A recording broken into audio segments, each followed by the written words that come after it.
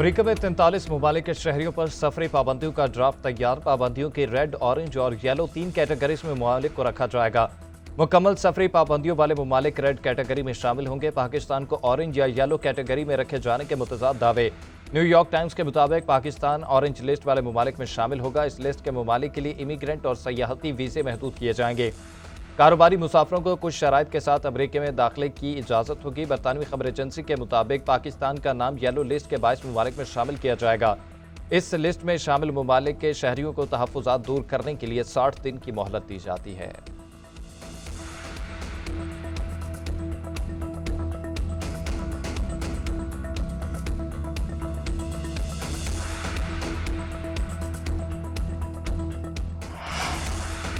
वज़ीर-ए-आज़म का पेट्रोल की कीमतें कम न करके बिजली सस्ती करने का ऐलान। पेट्रोलियम कीमतें बरकरार रखकर माली फ़ायदा बिजली की कीमतों में मुंतकिल किया जाएगा।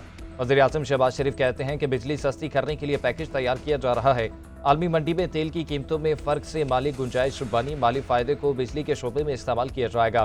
बिजली सस्ती होने से मजमूई तौर पर महंगाई कम होगी। उधर हुकूमत ने पेट्रोल और डीजल पर फी लीटर पेट्रोलियम लेवी 10 रुपये इजाफा कर दिया।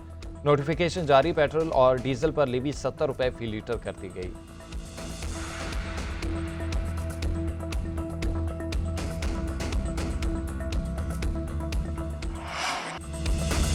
वज़ीर-ए-आज़म शहबाज शरीफ ने दानिश यूनिवर्सिटी का संग बुनियाद रख दिया। इस्लामाबाद में दानिश यूनिवर्सिटी के लिए 100 एकड़ रकबा मुख्तस। तकरीब से खिताब करते हुए वज़ीर-ए-आज़म ने कहा कि 190 बिलियन पाउंड की खती रकम इस्तेमाल होगी।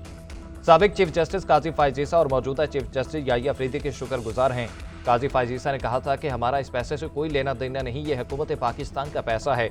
वज़ीर-ए-आज़म सऊदी अरब के 3 रोज़ा दौरे पर बुध को रवाना होंगे। सऊदी वली अहद प्रिंस मोहम्मद बिन सलमान से मुलाकात शेड्यूल। तिजारती मुआशी ताउन सरमायाकारी के फ़रोग पर बातचीत होगी। गजा की सूरत हाल पर भी तबादला ख्याल किया जाएगा।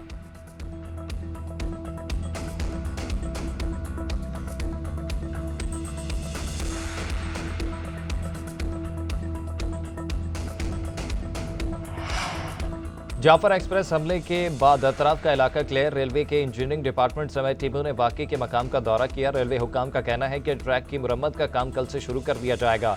हमले में मिशकाफ में रेलवे ट्रैक के 382 फुट हिस्से को नुकसान पहुंचा। ट्रैक की मुरम्मत में 8 से 10 घंटे दरकार होंगे।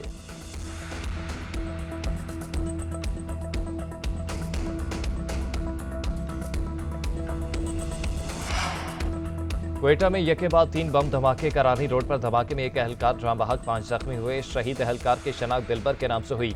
पुलिस के मुताबिक दूसरा धमाका अकली शाबू और तीसरा कुमरानी रोड पर हुआ। इन धमाकों में कोई जानी नुकसान नहीं हुआ।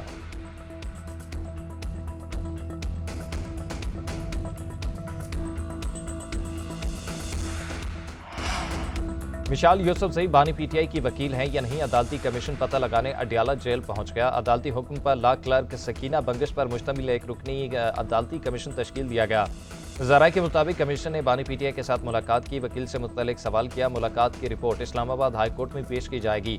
दूसरी जानिब पीटीआई रहनुमा जुनेद अकबर, शेर अली अरबाब और दीगर की बानी पीटीआई से मुलाकात की दरख्वास्त मुस्तरद। इस्लामाबाद हाई कोर्ट ने दरख्वास्त नाकाबिल समाअत करार देकर खारिज कर दी।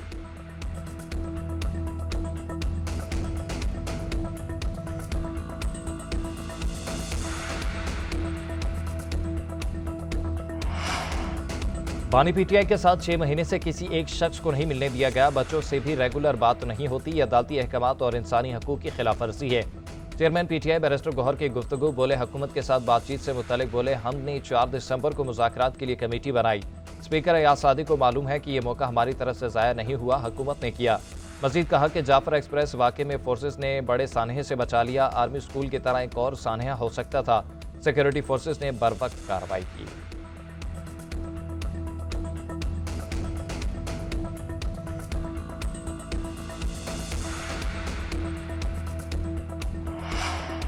नून लीग और पीपल्स पार्टी के दरमियान पंजाब में पावर शेयरिंग पर इजलास। गवर्नर हाउस पंजाब में कोऑर्डिनेशन कमेटियों के दरमियान फार्मूले पर तबादला ख्याल।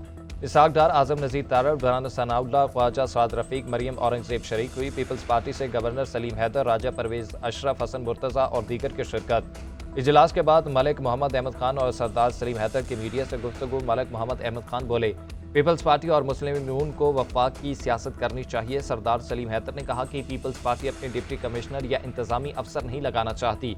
हमारा कोई ब्यूरोक्रेट ग्रुप नहीं, सियासत सिर्फ अवाम के गिर्द घूमती है।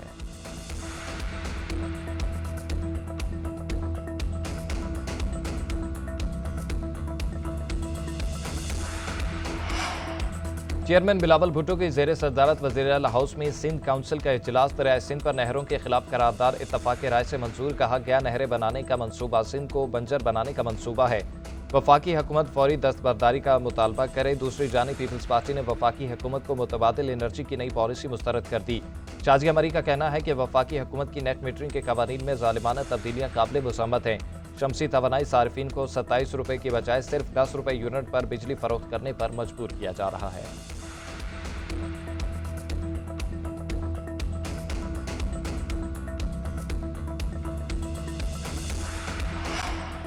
पाकिस्तान से स्टाफ लेवल मुआहदे पर पेशरफ्त हुई। पाकिस्तान ने मौजूदा कर्ज प्रोग्राम पर सख्ती से अमल दरामद किया। मौसमियाती तब्दीलियों पर मुमकिन तौर पर फंड्स भी फराहम किए जा सकते हैं।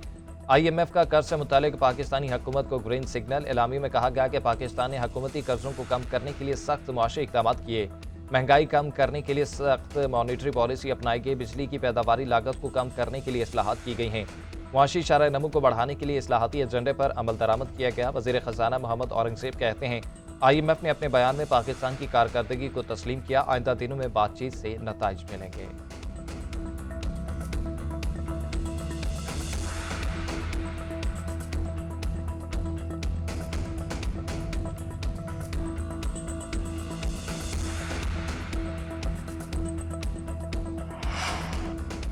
वफाकी हुकूमत के पास सूबों को रेवेन्यू देने के बाद रकम नहीं बचती। वफाक को कर्जों की अदायगी के लिए भी मजीद कर्ज लेना पड़ता है। मुल्क बहुत देर तक इस तरह नहीं चलाए जा सकते। वफाकी वज़ीर एहसन इकबाल का खिताब। बोले CPEC आगे बढ़ रहा था लेकिन 2018 की तब्दीली ने CPEC को मुतासिर किया। हमने दोबारा हुकूमत में आकर चीन के साथ CPEC फेज़ 2 शुरू किया।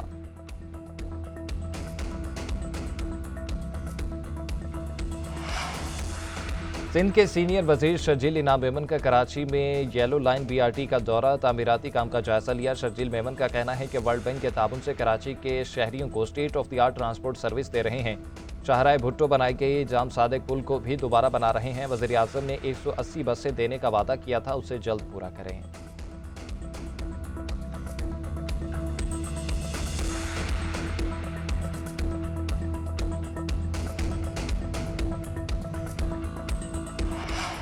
मुस्तफ़ा आमिर कत्ल केस के मुलजिम अरमा खान से तफ्तीश जारी। बरामद करदा बरकी आलात फॉरेंसिक जांच के लिए लाहौर पहुंचा दिए गए। पुलिस सराय के मुताबिक मुलजिम से 4 लैपटॉप और 3 मोबाइल फोन्स मिले।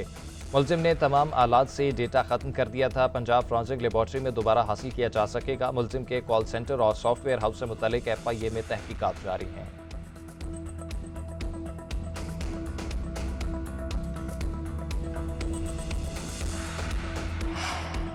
गुलकारा नसीबुल लाल का शोहर पर तशद्दुद का इल्ज़ाम। मुकदमा दर्ज करा के वापस ले लिया। FIR में कहा कि शोहर ने घर घुसकर गालम गलोच की और ईंट उठाकर सर पर मार दी।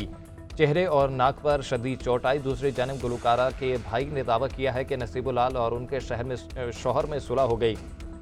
शाहिद लाल का कहना है कि बहनोई गुस्से का तेज है, जिसे समझा बुझाकर मामला हल कर दिया गया। नसीबुल लाल के शोहर ने आइंदा ऐसा न करने की यकीन दहानी करवाई है।